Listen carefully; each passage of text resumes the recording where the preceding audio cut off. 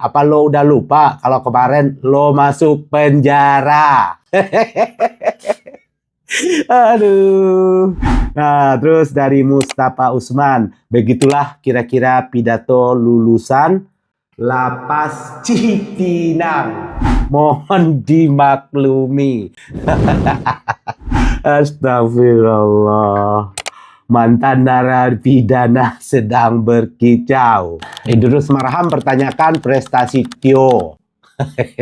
Netizen Indonesia justru ramai-ramai bertanya balik. Apa prestasi Idrus Marham?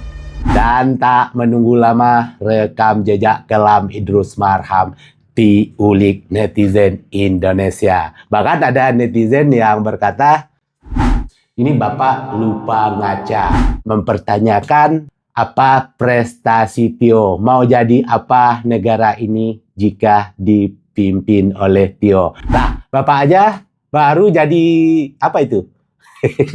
Dulu pas ketangkep masuk penjara itu. Ini nih kata netizen loh Pak, bukan kata saya. Aduh ya Allah, netizen Indonesia keras-keras. Komentarnya sadis-sadis. Pernyataan Idrus Marham yang mempertanyakan prestasi mantan Ketua BEM UGM Tio Ardianto menuai respon dari netizen-netizen Indonesia. Pertanyaan itu dianggap tidak wajar. Tio masih berstatus mahasiswa aktif. Ia belum pernah menjabat sebagai pejabat negara, belum pernah jadi menteri, dan tentu belum memiliki rekam jejak panjang seperti Bapak ini, belum pernah memiliki rekam jejak yang kelam, masuk penjara terkait kasus korupsi. Nah, karena itu jika pertanyaannya adalah apa prestasi Tio, jawabannya memang tidak mudah. Namun, hal tersebut juga bukan sesuatu yang aneh, sebab Tio masih berada dalam fase pendidikan pengabdian di lingkungan kampus. Yang menarik, selama ini publik mengenal Tio bukan karena kekuasaan yang dimilikinya, melainkan karena keberaniannya menyuarakan kritik terhadap berbagai kebijakan publik. Ia aktif mengangkat isu pendidikan, kemiskinan, kesejahteraan masyarakat, hingga berbagai kebijakan pemerintah yang dianggap perlu mendapat perhatian. Sebagai mantan ketua BEM, ia menjalankan peran selama puluhan tahun melekat pada gerakan mahasiswa Indonesia menjadi suara kritis terhadap penguasa. Kita semua pernah lakukan kesalahan. Memilih pemimpin bodoh adalah kesalahan, tapi membiarkannya terus berkuasa adalah kebodohan. Netizen menilai keberhasilan menjadi ketua BEM di salah satu universitas terbesar di Indonesia merupakan pencapaian tersendiri. Netizen juga melihat konsistensi Tio dalam mengawal isu publik sebagai bentuk kontribusi nyata di ruang demokrasi. Tentu ada yang tidak setuju dengan pandangannya, tetapi berbeda pendapat bukan berarti menghilangkan hak seseorang untuk menyampaikan kritik.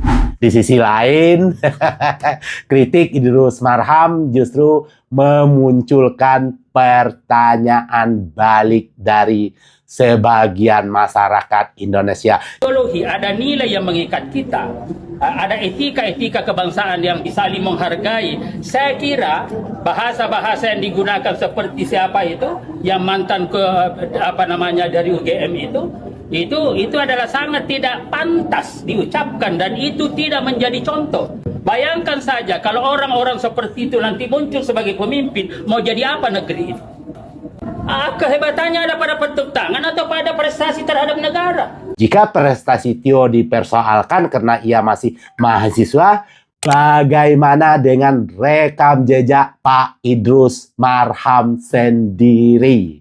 Nah, publik tentu tidak mudah lupa bahwa Idrus Marham pernah tersandung korupsi dan menjalani hukuman penjara. Fakta itu merupakan bagian dari catatan sejarah Indonesia yang diketahui luas oleh masyarakat Indonesia. Karena itu, sebagian netizen Indonesia menilai pertanyaan ini menjadi ironis. Seorang mahasiswa yang belum pernah memegang kekuasaan dipertanyakan prestasinya. Sementara yang mempertanyakan memiliki catatan hukum, catatan buruk yang kelam yang tidak bisa dihapus dari ingatan publik. Bahwa beliau pernah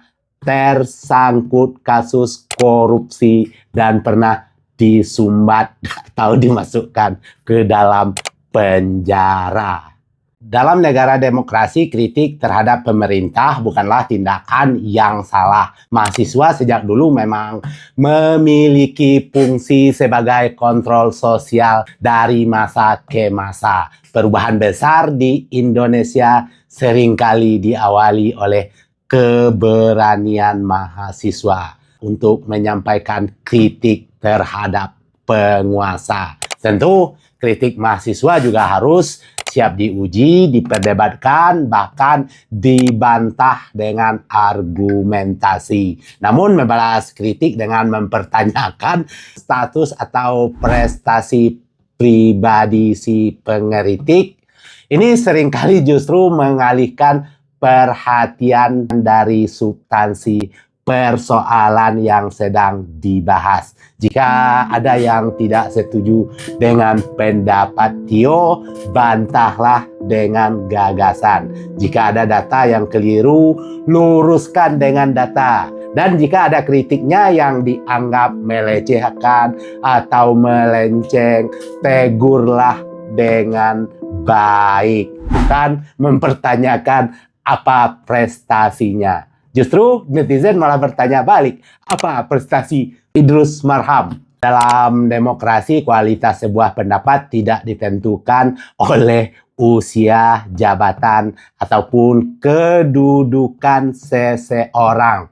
Kebenaran argumentasi berdiri pada fakta dan logika, bukan pada siapa yang mengucapkan. Pada akhirnya publiklah yang akan menilai apakah lebih pantas mendengar suara seorang Tio yang mahasiswa aktif mengawal isu publik atau lebih percaya pada Idrus Marham yang rekam jejaknya tercoreng kasus korupsi.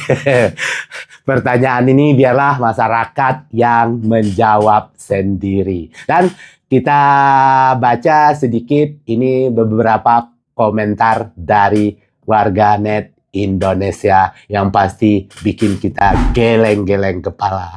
Oke, teman-teman, kita akan coba baca sedikit komentar-komentar yang pedas-pedas dari netizen-netizen Indonesia. Nah, ini yang pertama dari Dede Ramasari. Ditegur dengan lembut. Emang kalian peduli?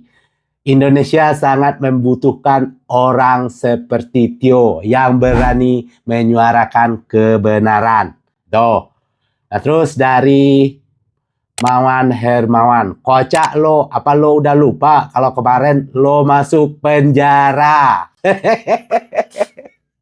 Aduh. Nah, terus dari Mustafa Usman, begitulah kira-kira pidato lulusan Lapas Cipinang. Mohon dimaklumi. Astagfirullah. Mantan narapidana sedang berkicau. Terus Nia Dipa Rain Bridal. Kehebatan Tio adalah dia berani mengkritik pemerintah. Yang jelas kebijakannya tidak pro rakyat. Justru sebagian besar rakyat Indonesia berterima kasih pada Tio karena mewakili suara hati rakyat. Nah, terus dari Gomloh, tikus lagi pidato. Wak wak wak katanya. Astagfirullahaladzim. Ngeri, oi. Terus dari Man doang. Ketika koruptor bicara etika. Gir. Dari Sutartip. Ada nilai dan etika bicara tentang nilai dan etika. Apakah korupsi termasuk tindakan menjaga nilai dan etika? Nah Pak, ditanyain nih, apakah yang korupsi ini punya etika enggak? Gitu loh, inti gitu Pak pertanyaannya. Mantan napi kok ceramah Om? Astagfirullahaladzim. Gorong kue, lupa ngaca dia katanya. Terus ada lagi deh, pada keluar tikus God mau cari panggung, biar lagi diajak Mawowo. Aduh. Prestasi koruptor dilarang bicara. Baru kali ini tikus bisa nyanyi. Udah ya, kalian baca sendiri. Oke? Mohon maaf, terima kasih. Ketemu lagi di cerita berikutnya. Assalamualaikum warahmatullahi wabarakatuh.